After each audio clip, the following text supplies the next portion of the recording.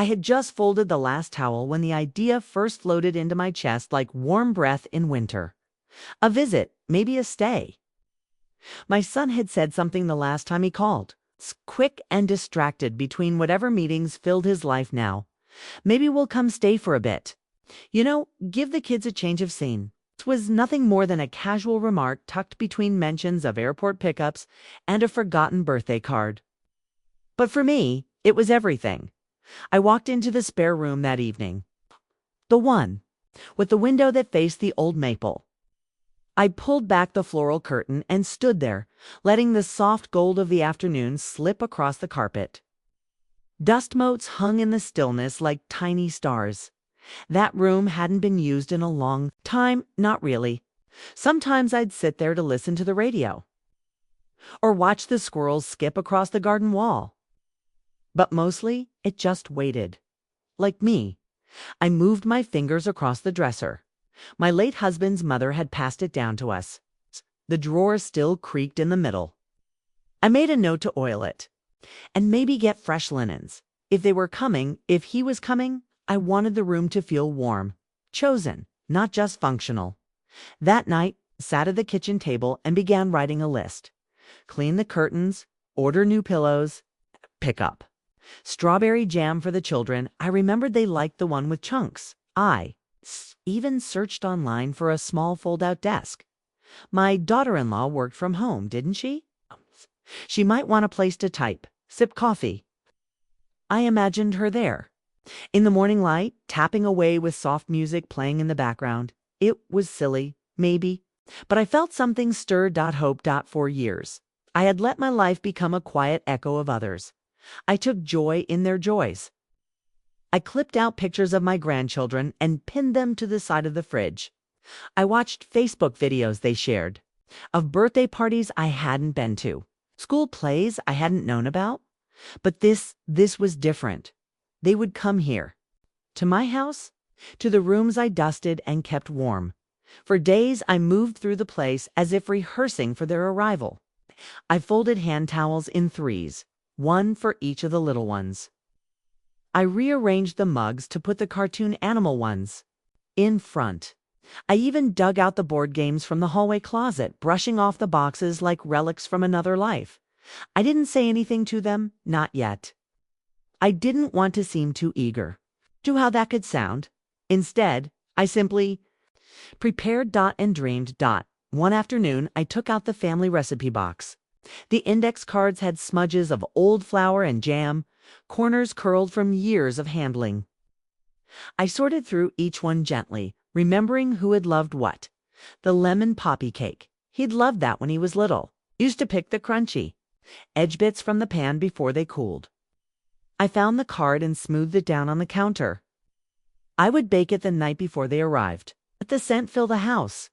Sometimes I stood in the middle of the hallway and just listened to the silence, imagining what it would sound like when filled again. Laughter spilling from the stairwell, little feet thumping down the steps, the shuffle of bags being carried in. It had been so long since this house held noise, so long since I had been a destination, and though I never said it aloud, I had begun sleeping with my bedroom door open again, just in case. I heard the doorbell. That's the sort of thing you don't tell people. Not even your closest friend. They'd call it lonely. It'd be even sad, polished. But to me, it wasn't. It was hopeful. One evening, I polished the front doorknob. Just stood there with a rag and soft cleaner, buffing out fingerprints long gone. The porch light flickered above me.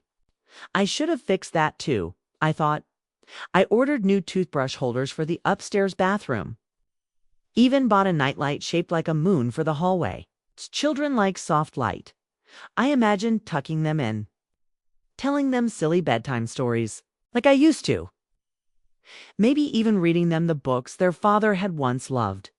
There was one, The Lion and the Longest Winter. I still had it. Taped at the spine, the corners bitten from when he'd been teething. I found it in the attic under an old picnic blanket. Sat with it on my lap for a long while. Time is strange when you're waiting for something that feels like it might not come, but you prepare anyway. I had started keeping the kettle ready from 4 o'clock onward, just in case they called and said they were near.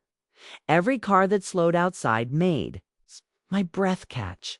There were quiet nights, too, the kind where you feel the edges of your hope turn brittle.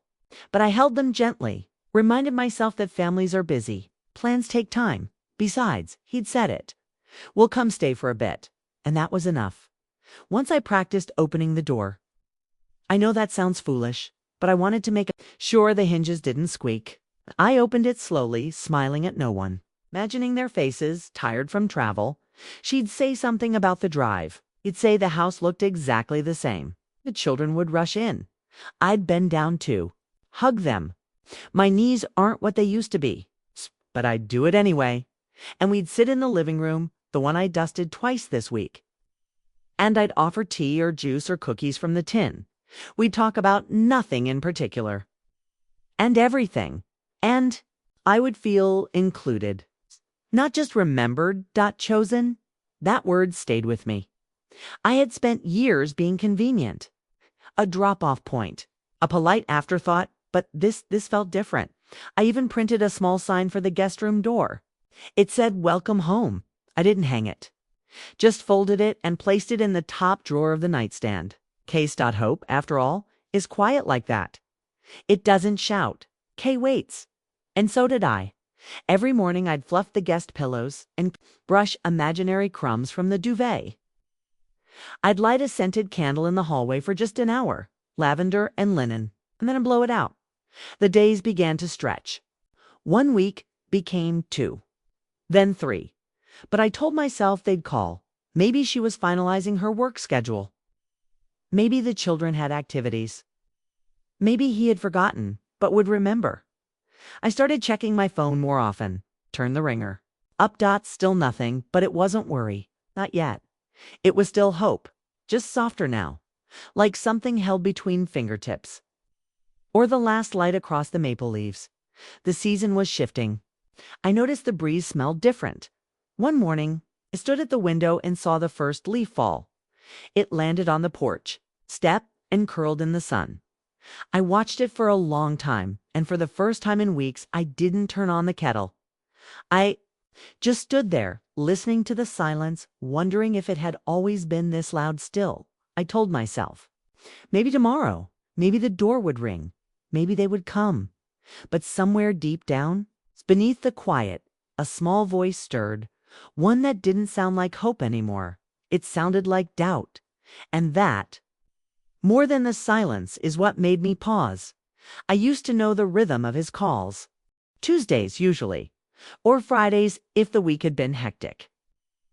I'd hear his voice through the phone, rushed. Yes, but familiar. Like the hum of a street you once lived on. There was a time I would plan my afternoons around them. I'd finish laundry by 3, pour myself a cup of tea, and sit in the kitchen with the cordless cradled in my hand, waiting for it to light up. He never said much. Just enough to feel like he was still tethered to me.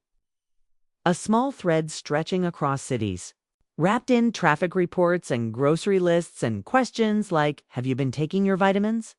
I always said yes, even when I hadn't. The last real conversation we had was about the porch. You should get someone to repaint it, he said. Peeling paint like that can devalue the whole place. I remember laughing, not because it was funny, but because it felt like a safe thing to say. That was 6 weeks ago. Since then, it had become ... different. A silence with shape. A silence with intention.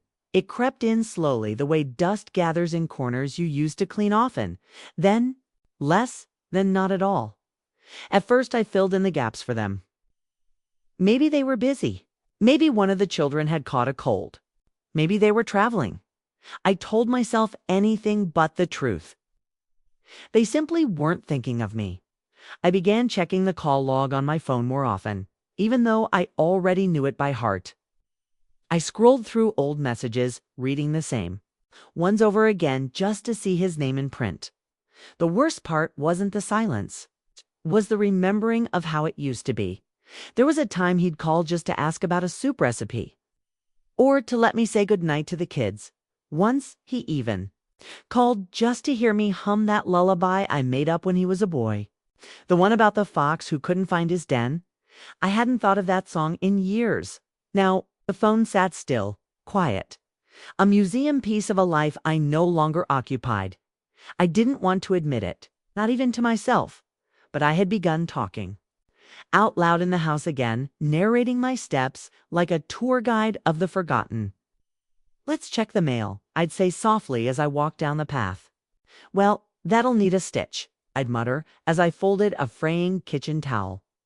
Just so something filled the air, because the space they left behind wasn't. Just a gap. It was a room with no door. One afternoon, I walked to the corner store I hadn't been in a while, not since the weather turned.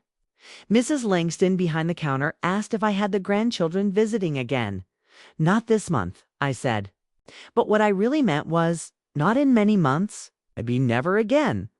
I bought jam anyway, the chunky kind. Just in case. When I got home, I opened the guest room. The air inside was still. I sat on the edge of the bed and stared at the little sign. In the drawer, "Welcome Home." Something about it made my throat tighten. I put it back without touching it. The lavender candle on the hallway table had burned itself halfway down by now. I hadn't lit it in days. The house still smelled like silence, but worse than all of it, the waiting, the wondering, was how normal it had started to feel. Like being forgotten was simply the cost of getting older. I remembered a moment from years ago, Thanksgiving. He'd called to say they couldn't make it. Flu or maybe something else. I can't recall now. But what I do remember is how quickly he said, "We'll make it up to you." They didn't. But back then, I still believed. In next times. Now, I wasn't so sure. I started noticing other absences to dot the photos they used to send. They'd slowed to a trickle. One every few months, often blurred or impersonal. No note scribbled on the back. Just smiles staged in places I hadn't been invited to. The Christmas card last year had my name spelled wrong. Just Grandma. Not even Mom. No handwritten. Message? No little joke, only I would understand. It's just a printed signature and a family photo with me nowhere in it. I pinned it to the fridge anyway at night. I stopped setting the second mug out on the counter. There was no one to make tea for. I still cooked full meals, though. Force of habit. I'd make enough stew for two, then eat one bowl and put the rest in the fridge, like I was saving it for someone. But no one came, no one called. I did hear from my neighbor, Sheila, every so often. She was kind, though younger by a decade. Brought soup sometimes. Sat on my porch swing and talked about her garden. She once asked if I heard from my son often. I told her, sometimes. The truth was less than sometimes. The worst day came on a Sunday. Church had just let out, and the ladies were organizing a bake sale. Someone asked if my family would be coming. I smiled, shook my head, said maybe next time. But that night, I sat in my living room and looked at the family photo on the shelf. It was years old now. The children had been tiny. One of them had chocolate on his chin. I noticed something I hadn't before. My hand wasn't in the picture. They had cropped the frame to show faces only. It struck me that I was the only one, not touching anyone. Everyone else was hugging, holding, linked together like a chain. And I was standing just behind, smiling. Separate that night, I didn't cry. I just turned the photo face down. Something inside me began to shift. Not anger. Not yet, but the beginnings of something quieter. Something colder, like the first wind before the season changes. They hadn't called because they didn't need to. They hadn't visited because they didn't want to. And the room I had cleaned and prepared the one I'd waited beside like a woman at a station with no train schedule had become a monument to a promise. No one planned to keep still. I wasn't ready to give up. Not quite. Not yet. I baked the lemon cake again that week. Let it cool on the rack. The scent filled the house like memory. I waited.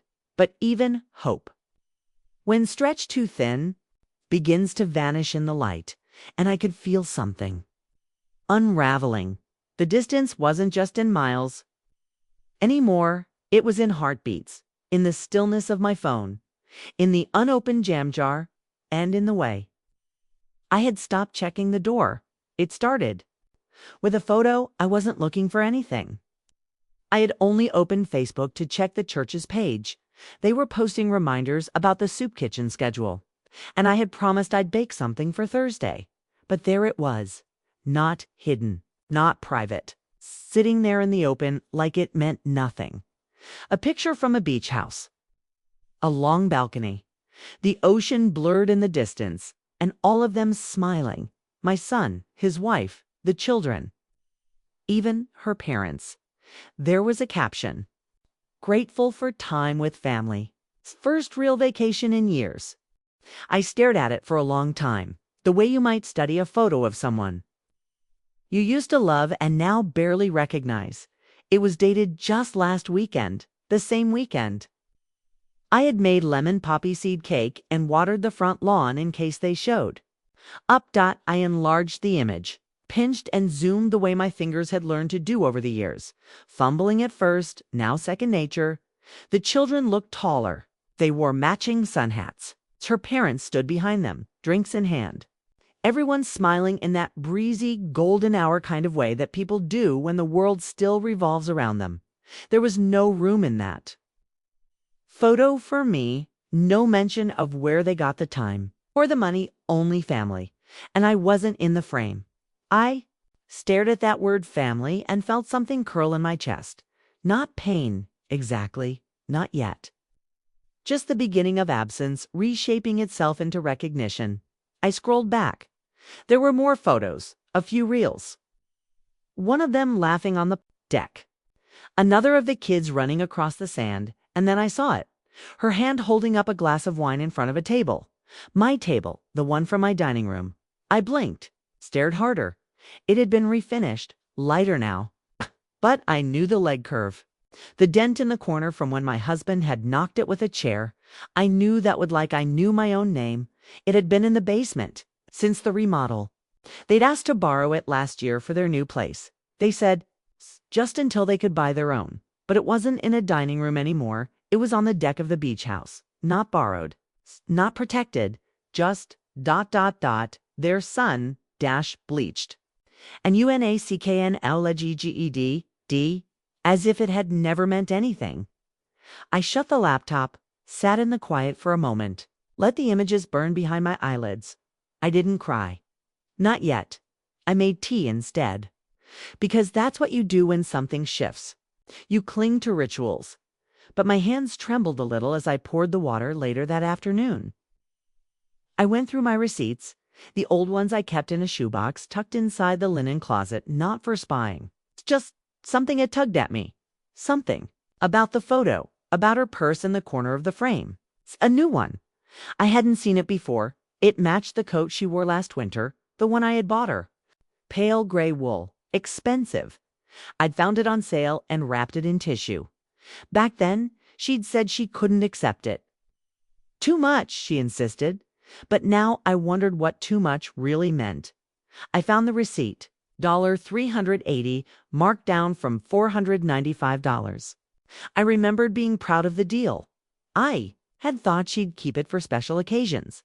But there it was again in another photo. This time thrown over the back of a chair beside a wine bottle. Casual, unnoticed.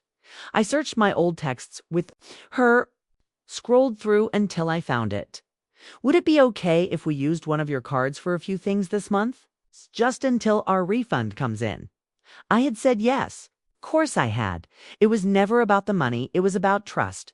But now I went further into my statements. I hadn't paid attention lately. The bills were always modest.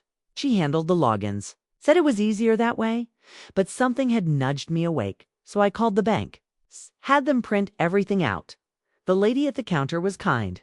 Asked if I wanted her to staple them. I said yes. My voice didn't shake. I took them home and sat down at the kitchen table for the next 2 hours. I highlighted spa days, restaurants I'd never been to, a boutique children's store in another city, plane tickets twice, and then one line that made my stomach knot.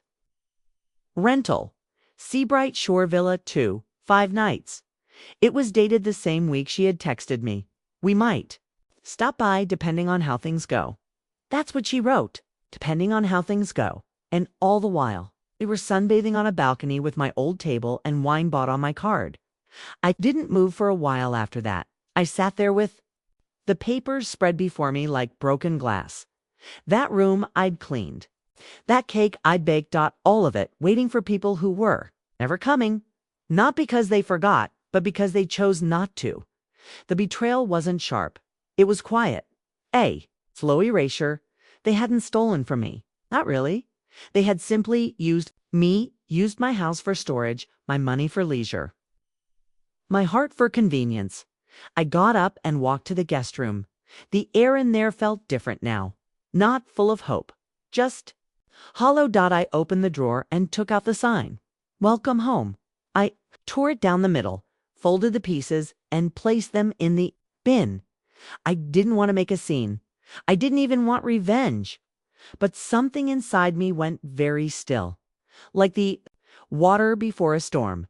I stood at the window and looked out at the street, watched the light move across the bricks, and for the first time in a long time, I asked myself the question I had avoided for years. What would this house be without me in it? The answer wasn't sadness, it was clarity. And clarity, I've found, it's colder than grief. It asks nothing. It just waits. Would you like to continue with Chapter 4, The Confrontation? I didn't call him right away. I let the paper sit on the counter neatly stacked beside the kettle, the highlighter still uncapped. The scent of dried lemon peel lingered in the air from the potpourri bowl I'd refreshed earlier that morning. Before I knew, before the illusion tore clean, it took me 3 days to find the steadiness. I kept the house quiet during that time. No radio, no phone calls, no distractions. I moved through the rooms like I was preparing for something. Not cleaning anymore. Not hoping, just ... witnessing. I saw the house for what it was. A museum of memory. Every wall carried a shadow of someone else's laughter. The coffee table still had a faint water ring from when he was a teenager and used to set his cans down. Without coasters, had scolded him once for it. Now I ran my finger along the ring and thought, even stains become sacred when they're left behind. When I finally called, it was a Tuesday. He answered on the 3rd ring. His voice was light, distracted. Hey, Ma, everything good? I didn't answer right away. I let the silence stretch long enough for him to glance down at his screen. I imagined to make sure the call hadn't dropped. Then I said it, calm, clear. No warble in my voice. I saw the photos. A pause. Just long enough to signal he understood. Exactly which ones. Oh, yeah, we took the kids to Seabright. It was last minute. You know how things come up? You didn't mention it. We meant to, Ma. It was just ... Things got hectic. We figured we'd catch up later. I let that sit between us. I saw the table. I said ... Another pause. What table? I could almost hear him shifting in his seat. My dining table, the one you borrowed. It's on the deck in the photo. He laughed, but the sound was thin. Oh, that? Yeah, we figured it made more sense out there. Looks great, right? It used to be where your father carved your initials into the underside? Silence. You said you just needed it for a while. That you'd bring it back, Ma. It's a table. Don't make this a thing. I pressed my hand against the counter to stay steady. And the credit card, I asked. The plane tickets. The villa rental. The spa. His tone changed, tightened. You said it was okay. You always said yes. I said yes to help you, not to be erased. He sighed, sharp. Come on, don't start. Start what? It's dramatic stuff. You always do this. Did you build things up in your head? We didn't do anything wrong. I nearly laughed. Not out of humor, but disbelief. You used my home, my money, my memories, and you left me out of it entirely. It's not even a phone call. He sounded irritated now. You always take everything so personally. You weren't using that room, or the table, or half the things in that house. We figured it made sense to make use of it. You said you wanted to help. I said I wanted to feel included, I replied. Well, you're taking this the wrong way. I looked around the kitchen at the light pooling across the linoleum. I could see a small crack in the corner of the floor where the tiles had started to lift. I had stepped over it every day for years. Funny how you get used to ignoring what's broken. How should I take it then? I asked. Ma, you're overthinking this. You're getting older. Maybe you don't remember offering all this. But you did. You've always wanted to help us. We appreciate it. There it was. That word, older. He didn't say it cruelly. It's not on purpose. But it landed with weight. I had become, in his mind, a woman who forgot. Oh, who could be gently rewritten? I felt something slip, then something tight, but quiet, like a thread being pulled from a sweater that had held its shape too long. He said, Look, we can talk about this later. We've got a school thing tonight, and Nora's been dealing with a sinus infection. So, if you're going to be upset, maybe let's just... I'm not upset, I said softly. He paused. Then what are you? I looked out the window. The maple tree had started to shed, leaves curled at the edges, brittle and golden. I'm done, I said. He laughed. Short, done with what? With pretending I don't see what's in front of me. He muttered something to someone in the background. A child was crying. I've got to go, he said. Of course. We'll talk soon.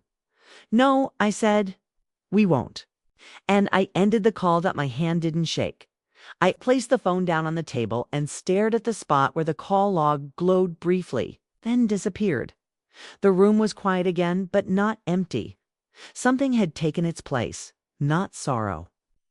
Not yet, but a calm that felt foreign, the kind that comes after a storm you didn't even know you were weathering that evening. I didn't make dinner. I walked the house instead. Room to room. I stood in the guest room doorway and looked at the bed I'd made weeks ago. Not a crease disturbed. Hope had slept there, but now was vacant, and I was no longer waiting that night. I took down the framed photo in the hallway, the one from his college graduation. I placed it in a box. Wrapped in an old towel, I didn't cry, but I did whisper goodbye. Not to him, to who I had been. The mother who bent. Yielded, softened herself around their lives like clay around water. She had been kind, she had been patient, and now she was finished. I woke the next morning before the light had crept across the curtains. The house was still, not just in sound, but in spirit. That old heaviness, the waiting, the wondering, it had lifted. Not all at once, not like a slam door, but like a coat slipping off your shoulders, quiet, intentional. I made my tea and didn't set 2 mugs this time. I didn't even think. The lemon cake had gone stale on the counter, wrapped in foil. I dropped it in the bin. There was no sadness in the gesture. Just completion. By 10 o'clock, I was dressed in my nicest sweater, the navy one with the soft collar that always made me feel put together. And I walked to town. The lawyer's office was a narrow brick building sandwiched between the flower shop and the notary. I had passed it 1,000 times. Never needed it before. The bell above the door jingled as I stepped in. A young woman at the desk looked up, surprised. I smiled, steady. I'd like to speak to someone about updating a will, I said. The lawyer's name was Ms. Dar. Her office smelled of peppermint tea and paper. She offered me a seat, and I unfolded a small list from my purse. I didn't fumble. Rewritten. House, savings, bonds, that little plot of land my husband and I bought years ago for someday. Do you have someone in mind? She asked gently. I nodded. Double quotes, not family. I said, but someone kind. Someone who saw me when I was still visible. She didn't pry. She just made notes. Her pen moved swiftly, without judgment. And when I walked out an hour later, felt 10 pounds lighter. It wasn't revenge, it was reclamation. That evening, I called an estate agent. A man named Tobias came by 3 days later. It was polite, well-dressed, and careful in the way younger men are around older women, as if we might dissolve if handled too directly. I told him I was considering selling. He asked if I was downsizing. I smiled. Not downsizing, I said, right-sizing. The house, after all, had grown too large for me, not in size, but in silence. I led him through the rooms I had once prepared with love, now simply rooms. He complimented the hardwood floors, the crown molding. I nodded. Can we list it quietly, I asked. No signs. No fuss. He hesitated. That's unusual. I've lived a life of usual, I said. Now I'd like quiet. He understood. I sat on the porch swing that evening, watching. The light dim across the hedge. A bird landed on the railing and chirped once before flying off. I had always thought leaving this house would feel like leaving a part of myself, but instead, it felt like stepping out of a costume.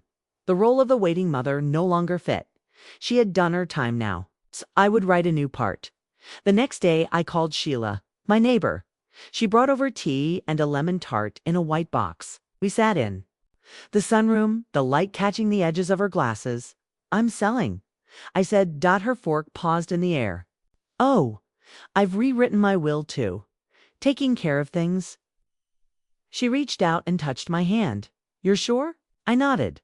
I was waiting for them. Now I'm done. We didn't need to name them. She'd seen it, heard the unreturned hellos, watched the unopened mail pile up when no one came. Later that week, I made one more call to the storage unit company. There were a dozen boxes in my attic, my son's college things, his wife's old work files, unused baby gear long outgrown. They had never come to claim them. I arranged to have everything packed, labeled, and delivered to their home address, prepaid, no note, just things returned to their rightful owners. It was not bitterness, it was closure, the real kind. When the estate agent called with an offer, I accepted without blinking. Full asking price. Cash. He was surprised by how quickly I agreed. But I wasn't. The house had already let go of me now. I was simply returning the favor. I began packing at my own pace.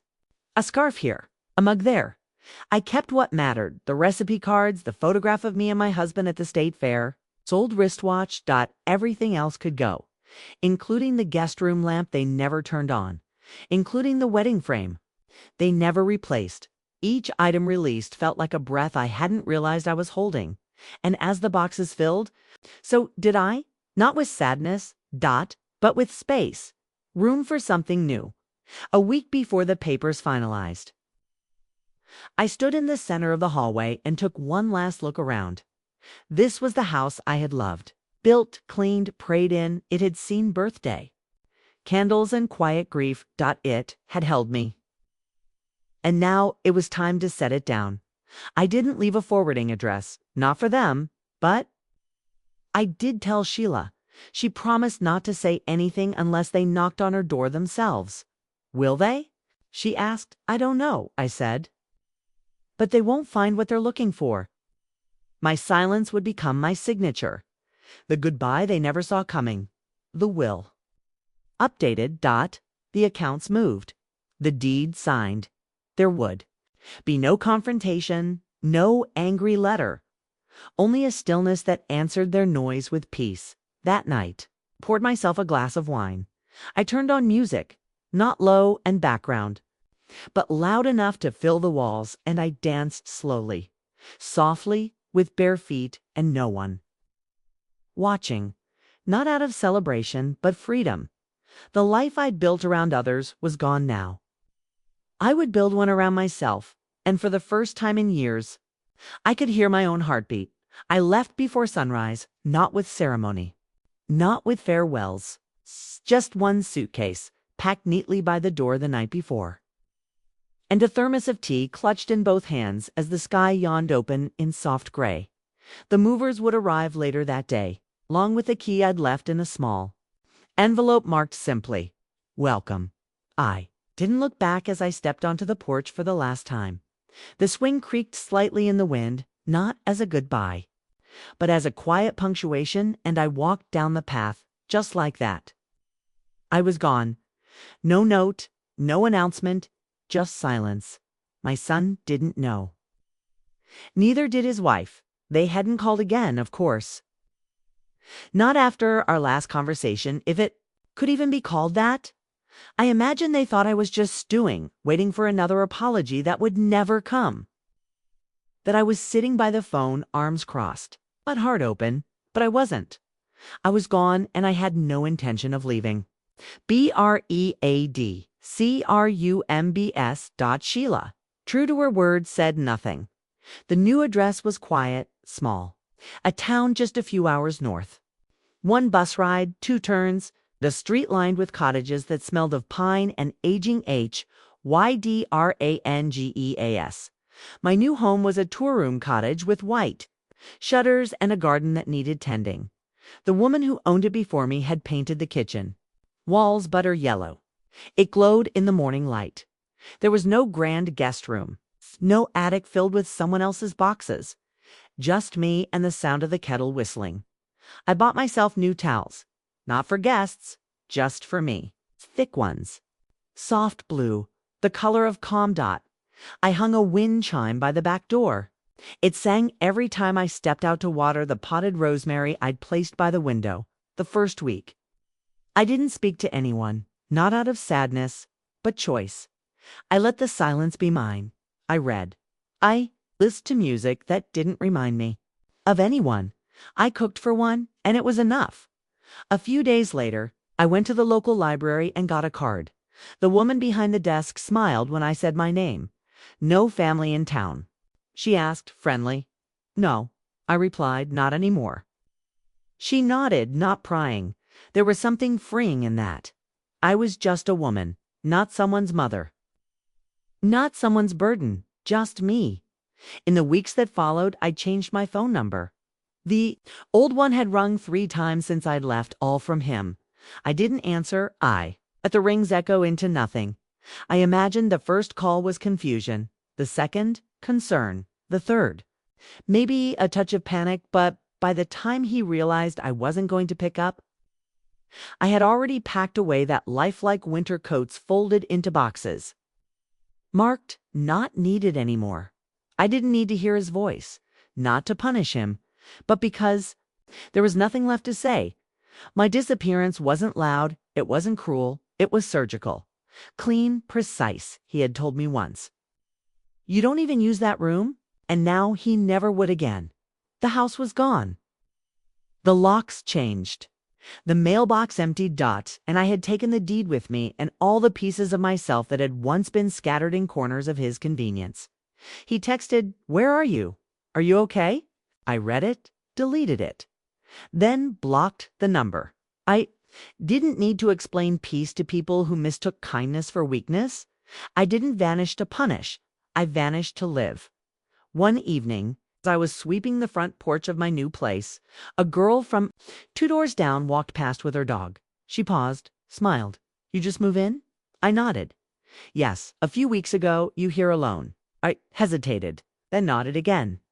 She didn't pity me. She just said, "If you ever want to come to the book club, we meet on Thursdays at the tea shop. No pressure." Said thank you.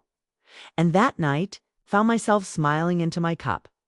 Not because I was needed, but because I was seen. No one in that little town knew who I had been.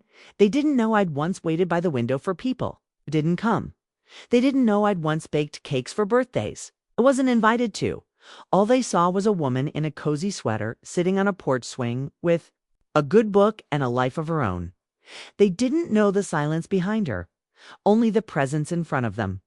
Some days, I still open the old recipe cards, not because I was expecting anyone, but because the food reminded me of me, not who I had been for others, but who I had always been underneath, capable, thoughtful, quietly strong. Sometimes people confuse silence with surrender, but mine was a boundary, a line drawn in soft chalk that would never be crossed again. I didn't post online, didn't leave clues, didn't write letters to explain. They could think whatever they liked. It's already written. My truth in places they'd never look in a folded deed, in a lawyer's file, in the soft press of a name removed from a line that once said beneficiary. I wasn't angry. Anger is loud. It was gone. And that was louder than any words I could have spoken.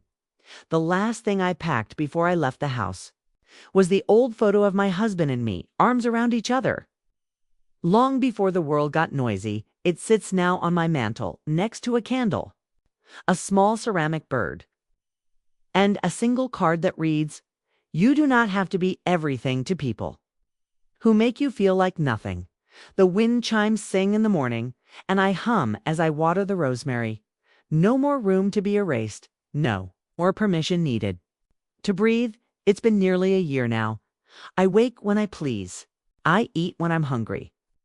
I fold my towels the way I like them, soft edges tucked in, always warm from the line. No one rushes me. No one interrupts. There's a rhythm to life here, not hurried, not slow, just mine. The lavender by the front steps is in bloom. I prune it on Sundays. The smell clings to my fingers long after the shears are rinsed. People in town know me now. Not in the way my old life knew me, through roles, obligations, favors asked, and favors returned. Here, just Margaret, not Mom, not the woman who waits by the phone. Just Margaret. I like her. Some days I walk down to the tea shop, the one with the mismatched mugs and tables that wobble a little. I sit near the window. I read, I listen. I smile when people wave. Last week, the girl with the dog, her name's Elise, brought me a basil plant. Said I had the kind of porch that needed green things. I thanked her, planted it near the rosemary. It's thriving funny, the things that grow when no one is stepping on them.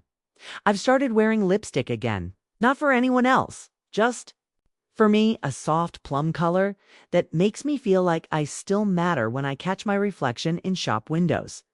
I'm not hiding anymore, not behind silence, not behind patience. And I haven't looked back. They never did find me. Or if they did, they never came. There was one card postmarked months ago. No return address, it said. "We're sorry, we were overwhelmed. We didn't mean to hurt you." No signature. No apology that rang true. I didn't answer, because the reply was already, it's written in my living. I hadn't disappeared to teach a lesson. I had simply learned mine, that love given freely should never feel like currency. That being forgotten is not a reflection of your worth, but of their blindness. That silence, when chosen, is not loneliness, it's peace. On my birthday, I didn't wait. I baked myself a small chocolate cake, lit a candle, closed my eyes. I didn't wish for anything. I just breathed. I went down to the lake afterward, took off my shoes, and let my feet touch the cool water. The sky above was that soft kind of gold you only get at the end of May. A boy and his grandmother were skipping stones a few yards down. I watched them without envy, just observation. Not every story needs to be mine. Not every family is broken, but some are. And it's no longer my job to fix the cracks they pretend not to see. Sometimes healing doesn't look like stitching things back together. Sometimes healing looks like planting something new. I've made small friends here. The woman at the library who sets aside books she thinks I'll like. The retired postman who walks his wife's old dog. And there's Ruth. She's 73, sharp as a tack, plays cards like a shark in the community center. She swears loudly and wears earrings shaped like oranges. We have tea on Wednesdays. She told me once, "You're not quiet. You're precise." I'd never heard anyone say that before, but it fit. I write now, not for anyone to read, just for myself. Thoughts folded into notebooks, memories softened at the edges, truths I was once too polite to admit. Like how it's okay to outgrow people, even if they share your blood, especially when they no longer see you as someone worth knowing. I don't check old numbers. I don't reread old messages. I don't refresh pages that once showed their smiling faces in places I wasn't invited to. Their lives have continued. So has mine.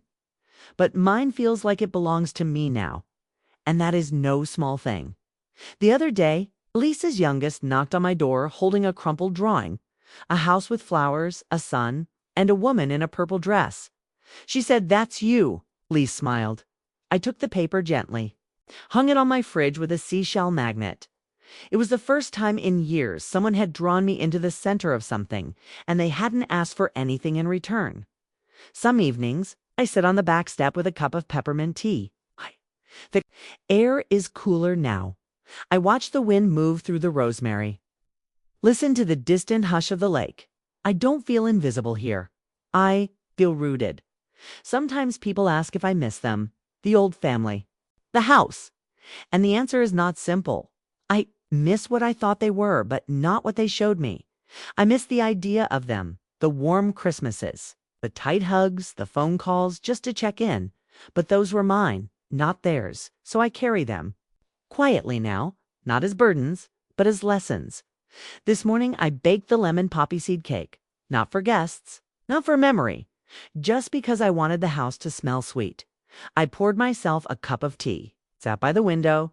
The wind chime tapped against the frame, and I thought, this is what freedom feels like. Not loud, not wild, just still, still and whole. Asterisk,